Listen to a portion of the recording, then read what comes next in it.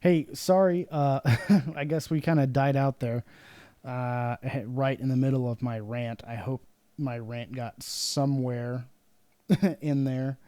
But I'm hoping you're still watching and listening.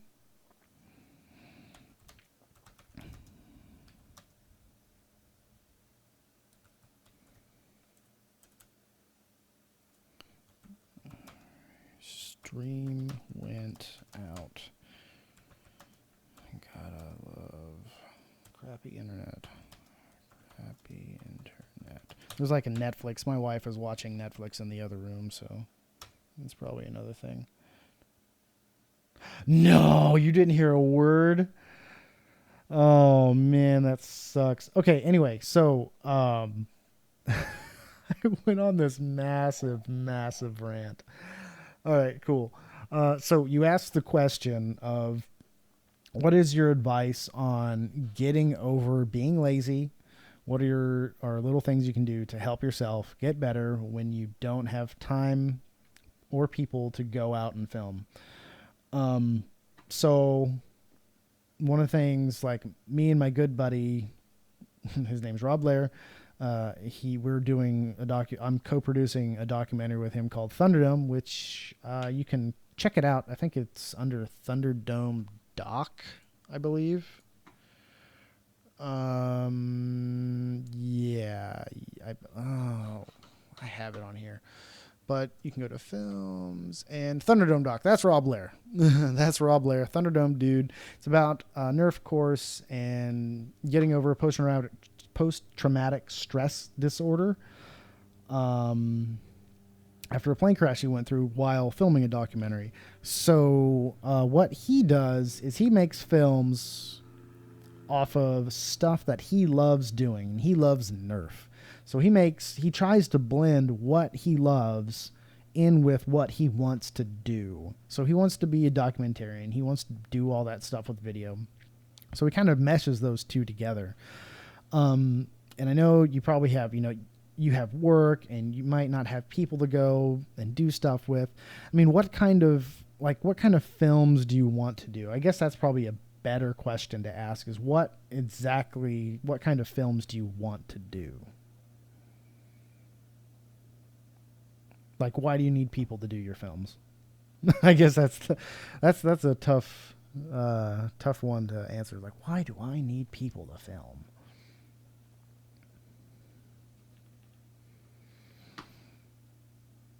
Man, I'm sure this. Yeah, okay.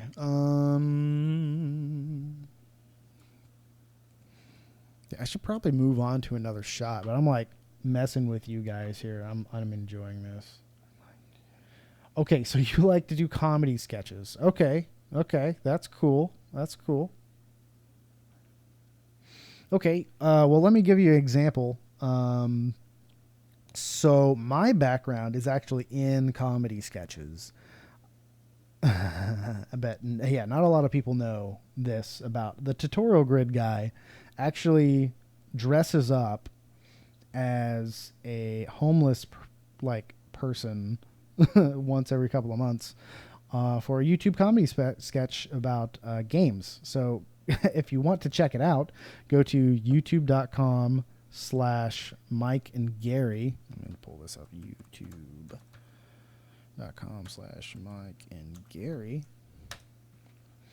And we actually have one of the bigger subscriber-based YouTube channels. And we do this ever so often. Good, you're checking that out right now. But look, that's me as the BuzzFeed guy, 82,000 hits. This is me as Mario, right here, Nintendo versus Zombies, 28 bits later, over 4 million views. This was actually made for Nintendo for the Wii U challenge that they did. We were in the top 10. It's kind of a crappy video. Well, it's not a crappy video. It's good for what we could do at the time. If you guys like Minecraft, there's one here on Minecraft. And this is the one where I dress up as a... let me see if I can find myself here. My name's Jareth in this. Fast forward through this. Yeah, there I am right there. That's me. Tattoo, 40 and all. So, yeah, and this is actually where I used to live while I was in college. So this is me in my last year of college. So welcome to that. But what we do is, we meshed the things that we like to do. So we liked video games, and we liked things, and we liked videos, and we liked collaborating and stuff. So we meshed the things that we like to do with our video hobby, and we made a channel because we were really passionate about what we were doing.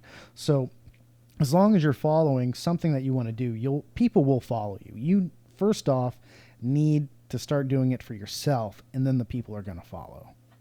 I guess that's kind of where I'm going with that.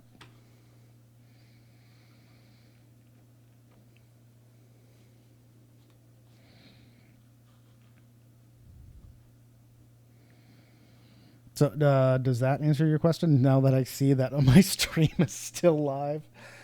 Oh, yeah. Stream's still live. That's a happy day. That is a happy day. Let's see. What else can I work on through here? That's finished. Really don't want to start on this. What do I got to do on here? Please make pillars stay where fog is coming out as to not smother the Kachina's face. I do not want to do that yet.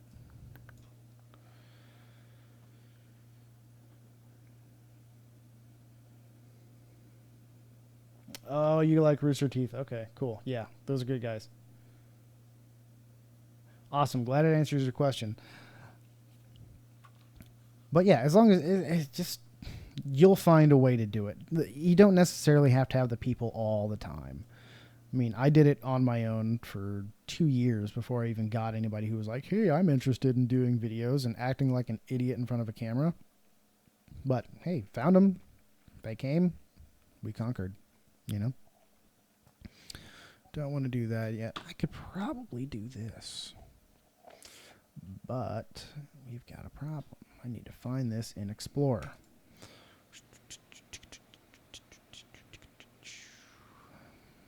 Where is it? Reveal in Explorer.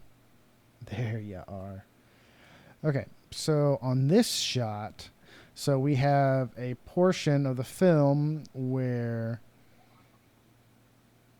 the film goes out, and it's supposed to be like this electromagnetic pulse, and all the lights shut off.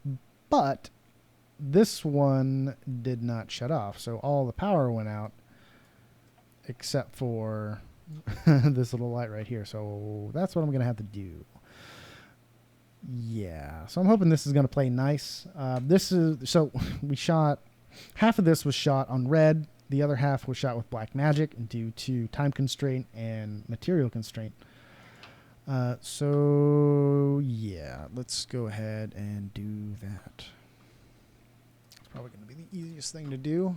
All right, composition, new composition, and let's name this 3K. So 3840 by 2160. I believe it was shot at 23976. Make sure no drop frame is there. Something just clicked behind me and there's nobody there, so there's probably a ghost back there.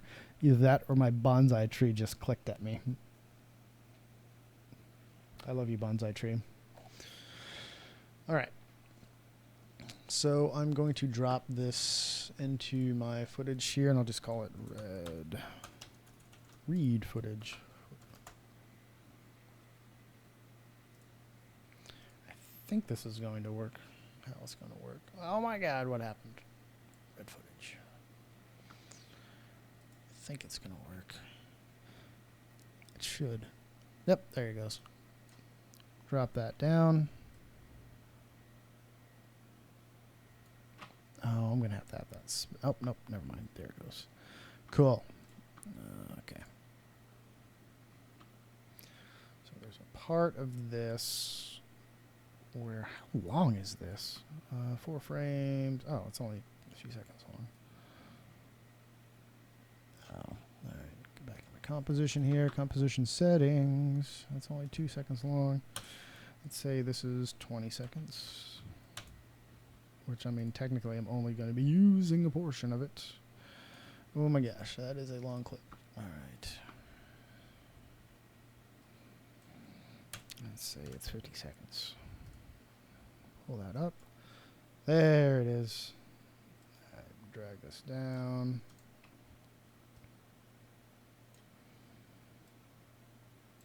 Pull that there. So basically what I'm going to do is I'm going to copy whatever's over here and I'm going to paste it on what's over here and blur it and make it look as if there's a blank screen over here. So how that's going to happen, nobody knows. I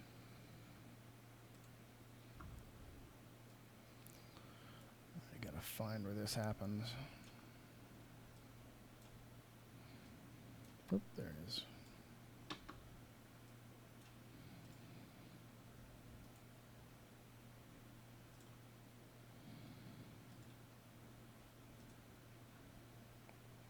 There's that.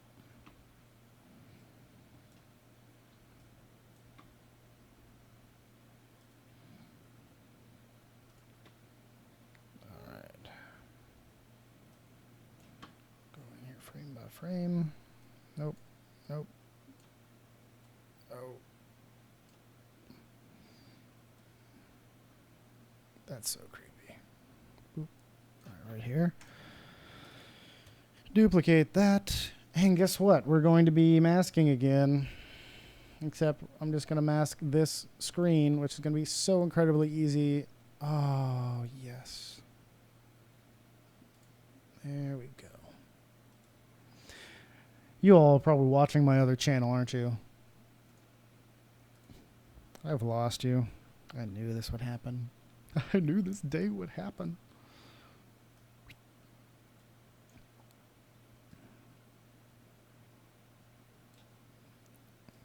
That.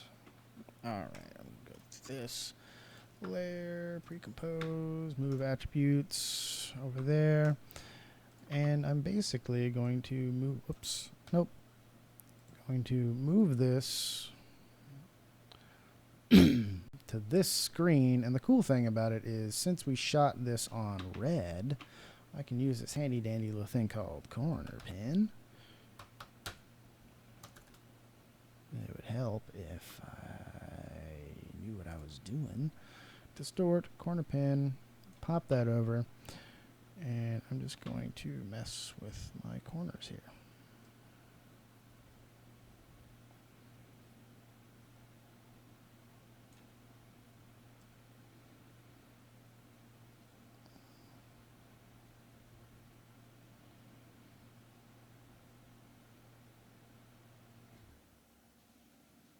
Right there. There's probably a way easier way to do this. You know what? Let's not do that. Let's do layer, new, solid. I'll just call this TV black screen. Okay. T, move this down. Move that to here. There. There. Pull it up and bring it down like that. Actually, now that I look at it, I should probably do one of, nope, do one of those right there. So go TV, opacity, bring that up. Cool. All right, M for mask. Zoom in on this thing a little bit. Make sure my mask properties are okay. Pull this down. You got to kind of make up for the lens artifact.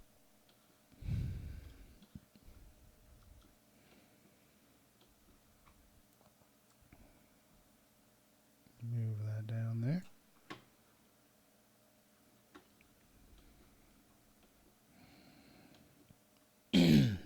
All right, so I've got that, which I kind of want to match the color. So I'm going to go to layer, change the way this looks. So go to my solid settings, and I'm going to change the solid settings to one of these colors. It's going to be lighter. Boom. And hit OK. So one of the things you want to kind of look for, well, actually, now that I think about it, I should probably redo that. Layer, solid settings. I don't want it to be absolute black. I want it to be fairly medium black. So I've got that, so it's matching this fairly well. And I'm also going to go to ramp. Oops. Ramp. Which I think this is going to completely defeat the purpose of what I just did. But hey, that's After Effects. So gradient ramp, plop that down on the black TV screen. I want to change, yeah, this is going to defeat the purpose. All right, change this to radio ramp. Sometimes you just learn on the spot. I'm not perfect. Go to radiant, move this over. And I think you know what I'm going to do. I'm going to change this white into this bright point. Whoops. Bright point right over here. Maybe bring it up just a smidgen.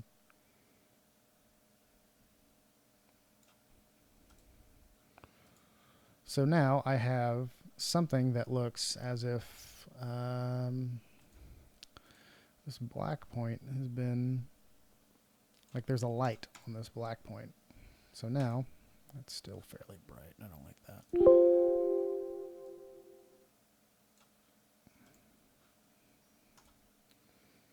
That's better. Cool. So now we have the gradient ramp right through here. And we're also going to have to change that button. So this is going to be fairly simple. So I'm going to save, because I know sometimes whenever I do this, the machine gets mad at me. So at this point, I'm going to duplicate this, and I'm going to move this down here too. Move this down. Okay, I'm going to take my little clone stamp tool here. What? Oh, okay. Make this extremely small. Extremely small. And I'm just going to paint over this little button right there. That's all I'm going to do. Oop. And sometimes that doesn't work for some odd reason. So I have to do another way, which I'm probably just going to do this. I'm going to take easy clone stamp tool. I'm going to take this portion. Actually, I'm going to take this portion of that, and I'm going to move it over here and feather it because it makes me mad. Boop. There we go. Easy clone stamp. All right, cool. So now we have the screens turning off, correct? They go from light to dark. So there's that. Move this over. Turn that down there. Right there. So now they'll go. Yeah, unfortunately, now I'm going to have to completely render this clip in QuickTime form, .move, and move it back into the software. But I think I'm done. So, hey, so I think I'm finished with After Effects for the day. Are there any last questions that you might have for me before I go?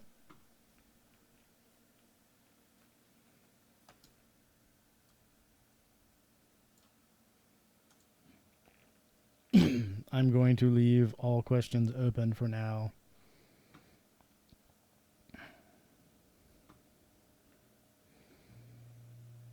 Yeah, you guys are totally watching another stream. I know you are. I know you're watching. Anyway, I am done for the night. So, hey, when's the next stream? Probably tomorrow. It all kind of changes. But you can, on the website, I have this fun little footer down here on avidproductions479.com. And it's on every single page other than the welcome page. And it'll tell you watch Tutorial Grid's next live stream session. And it'll have a little date right there. That date tends to change periodically. If you see the date on here and there is... it's not that day. So if it's like, okay, it was 9/10, now it's 9/11. So if this thing says, oh, it is 9/11/2015, there's going to be a tutorial. But if there's a date like, say, from 2 days ago, there's probably not going to be a tutorial or a live stream session up that day. It kind of changes from time to time depending on how busy I get. I try to do most of my work during the day, but whenever I find fun stuff at night, you know, it's just kind of, why not do it? But yeah, that answers your question there. And I'm going to go ahead and send you some fun free stuff, One Man Band Studios, that hopefully will help you out in your journey of becoming a filmmaker. It is actually our Tutorial Grid Euro package, which is, you can buy it, but you're getting it for free just because you're awesome. But yeah, it's our Tutorial Grid Euro.